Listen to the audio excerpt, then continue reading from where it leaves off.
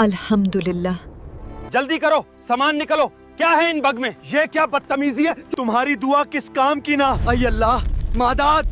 ایک چھوٹا سا گاؤں تھا جہاں حلیمہ نام کی ایک بہت ہی نیک دل اور محنتی عورت رہتی تھی۔ حلیمہ کے 4 بیٹے تھے، لیکن افسوس کے چاروں نافرمان اور دھیت تھے۔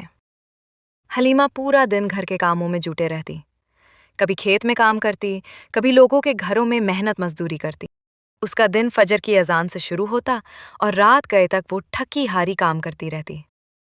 لیکن اس کے بیٹوں کو اس بات کا ذرا بھی احساس نہیں تھا اور نماز کے بعد چولہا جلاتی تاکہ اپنے جوان بیٹوں کے لیے گرم روٹیاں تیار کر سکے۔ اس کے ہاتھ چولہے کی آگ سے جھلس چکے تھے اور سخت کام کر کر کے ان پر نشان پڑ گئے تھے۔ حلیمہ کی زندگی دکھوں اور سختیوں کا ایک لمبا سفر تھی، مگر اس کی ایک ایسی عادت تھی جو اسے گاؤں کی باقی عورتوں سے الگ کرتی تھی۔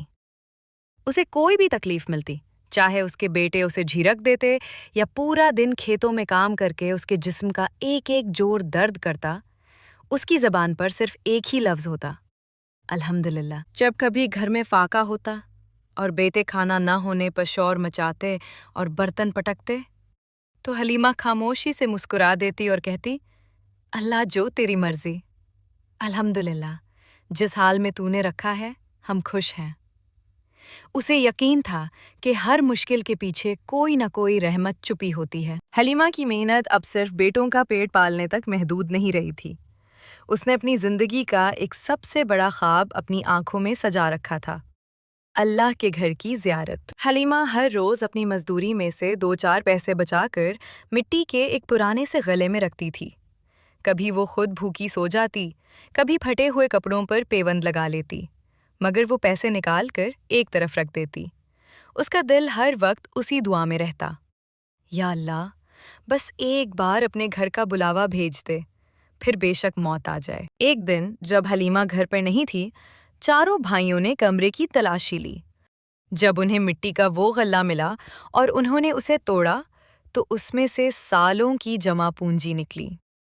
ٹھیک اسی وقت حلیمہ گھر میں داخل ہوئی۔ اپنی زندگی بھر کی کمائی کو زمین پر بکھرا دیکھ کر اس کی چیخ نکل گئی۔ بڑے بیٹے نے حیرت اور غصے سے پوچھا، اماں، اتنے پیسے تم نے کہاں سے جمع کیے اور ہمیں بتایا تک نہیں؟ حلیمہ نے کانپتے ہاتھوں سے پیسے سمیٹتے ہوئے کہا، بیٹا، یہ میری زندگی کی کمائی ہے، میں ان پیسوں سے حج یا عمرہ پر جانا چاہتی ہوں۔ میں اپنے رب کے گھر جا کر تمہاری ہدایت کی دعا مانگنا چاہتی ہوں۔ یہ سنتے ہی بیٹوں کے چہروں پر ہمدردی کے بجائے نفرت اور لالچ آ گئی۔ دوسرا بیٹا بولا، حج؟ اس عمر میں؟ اماں، تمہاری عقل ٹھکانے تو ہے، اتنے پیسے وہاں جا کر ضائع کرنے کی کیا ضرورت ہے؟ تیسرا بیٹا بولا، ہمیں نئے کپڑے چاہیے، گھر کی چھت ٹھیک کروانی ہے اور تمہیں وہاں سفر کی پڑی ہے، یہ پیسے ہمیں دو، ہمیں اس کی زیادہ ضرورت ہے۔ حلیمہ کی آنکھوں سے آنسو بہنے لگے۔ اس نے کہا، بیٹا، یہ میرا حق ہے، میری محنت ہے۔ مگر ان بدبخت بیٹوں کو ماں کا خواب نظر نہیں آ رہا تھا، انہیں صرف وہ کاغذ کے نوٹ نظر آ رہے تھے۔ انہوں نے صاف کہہ دیا، ہم تمہیں کہیں نہیں جانے دیں گے، اتنی بڑی رقم مٹی میں ملانے کے بجائے ہمارے کام آئے گی۔ اتنی بڑی تلخی اور بیٹوں کی بدتمیزی کے بعد بھی حلیمہ نے اپنے بیٹوں کو بددعا نہیں دی۔ اس نے بکھرے ہوئے پیسے اٹھائے اور آسمان کی طرف دیکھ کر ٹھنڈی آہ بھری، الحمدللہ، اللہ جو تیری مرضی، اگر تو چاہے گا تو تیری بندی تیرے در پر ضرور آئے گی، اور اگر تیری مرضی ان بیٹوں کی خوشی میں ہے تو میں اس پر بھی راضی ہوں۔ حلیمہ کی خاموش دعاؤں کا اثر، دعا قبول ہو گئی۔ چند ہی دنوں میں غیب سے ایسا سبب بنا کہ ایک مخیر شخص نے حلیمہ کی برسوں کی محنت اور تڑپ دیکھ کر اسے عمرے پر بھیجنے کا انتظام کر دیا۔ حلیمہ کی خوشی کی انتہا نہ تھی، وہ بار بار سجدے میں گر کر کہتی، الحمدللہ، اللہ جو تیری مرضی، تو نے اپنی بندی کو پکار لیا۔ لیکن بیٹوں کے دلوں میں اب بھی وہی شیطانی لالچ چھپا تھا۔ چاروں بھائیوں نے کونے میں بیٹھ کر مشورہ کیا۔ بڑا بیٹا بولا، اگر یہ چلی گئی تو وہ ساری جمع پونجی بھی ساتھ لے جائے گی۔ تب سب سے چھوٹے اور چالاک بیٹے نے ایک مکارانہ تجویز پیش کی، آپ فکر نہ کریں، میں اماں کے ساتھ جاؤں گا، میں راستے میں کچھ ایسا تماشا کروں گا، کوئی ایسی مصیبت کھڑی کروں گا کہ اماں ڈر کر وہیں سے واپسی کا راستہ اختیار کر لے۔ یوں وہ پیسے بھی بچ جائیں گے اور اماں دوبارہ کبھی جانے کا نام نہیں لے گی۔ سفر شروع ہوا۔ حلیمہ کعبہ کی زیارت کے شوق میں مگن تھی، جبکہ چھوٹا بیٹا مسلسل موقع کی تلاش میں تھا کہ کیسے ماں کو پریشان کر کے سفر ختم کروائے۔ ابھی وہ صحرائی علاقے سے گزر رہے تھے کہ اچانک موسم نے پلٹا کھایا۔ آسمان پر کالی گھٹائیں چھا گئیں اور ایک ہولناک رتلا طوفان اٹھا۔ الحمدللہ۔ مٹی اور ریت کی دیواریں آسمان سے باتیں کرنے لگیں۔ قافلہ تتر بتر ہو گیا اور چھوٹا بیٹا جو ماں کو مصیبت میں ڈالنے آیا تھا خود ایک گہرے گڑھے میں جا گرا۔ ریت کی تپش اور پیاس نے اسے نڈھال کر دیا۔ اس کا گلا خشک ہو گیا اور وہ زندگی اور موت کی کشمکش میں پکارنے لگا، بچاؤ، کوئی ہے جو مجھے پانی پلائے؟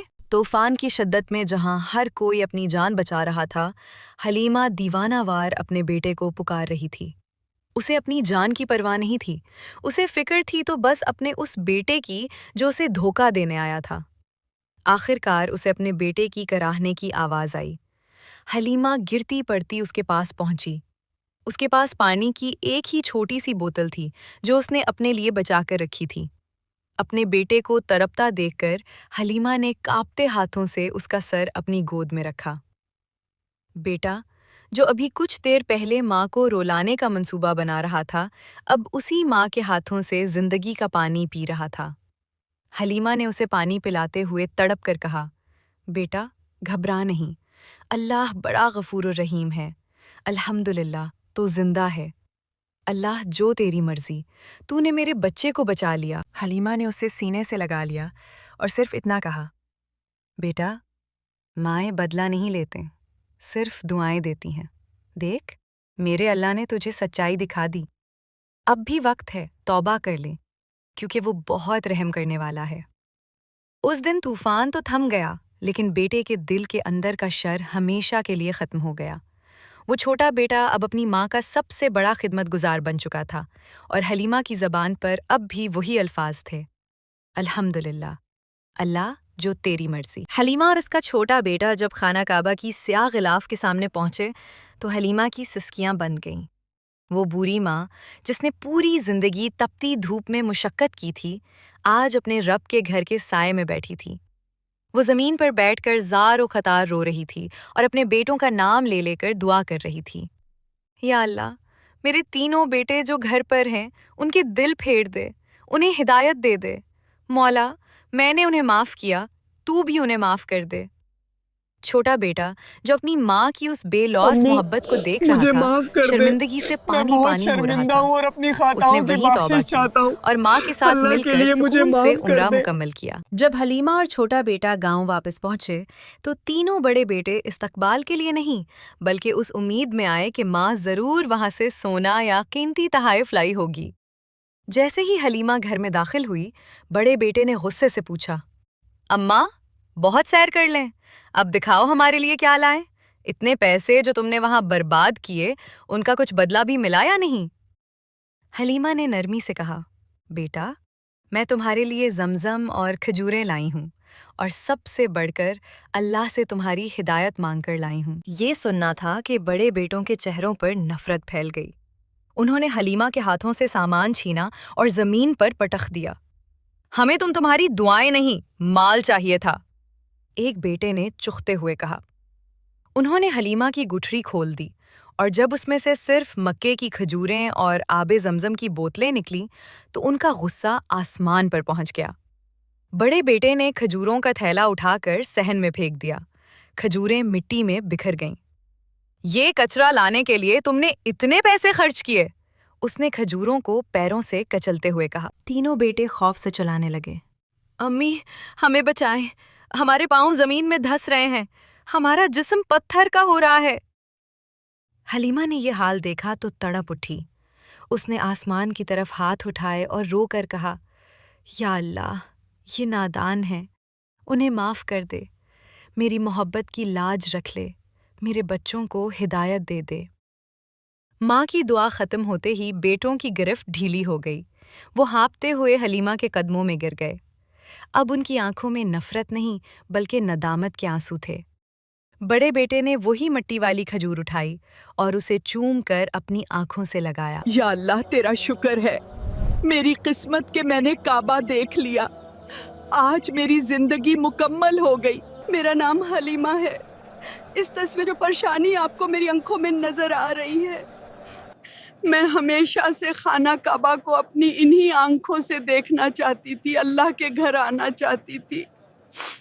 میں ہر حال میں، ہر مشکل میں، ہر دکھ میں صرف ایک ہی لفظ کہتی تھی، الحمدللہ۔ لوگ مجھ سے کہتے تھے، حلیمہ تمہاری آمدنی اتنی کم ہے، تم اتنی پریشان ہو، پھر بھی شکر کرتی ہو۔ آپ لوگوں کو یہ کہانی کیسی لگی؟ کامنٹ میں ضرور بتائیے گا کہ ایک الحمدللہ کی برکت سے اللہ تعالیٰ نے ایسا سبب بنایا کہ حلیمہ نے عمرہ کر لیا۔ حلیمہ کا یقین اور اللہ نے کیسے عمرہ کے راستے بنا دیے الحمدللہ پر۔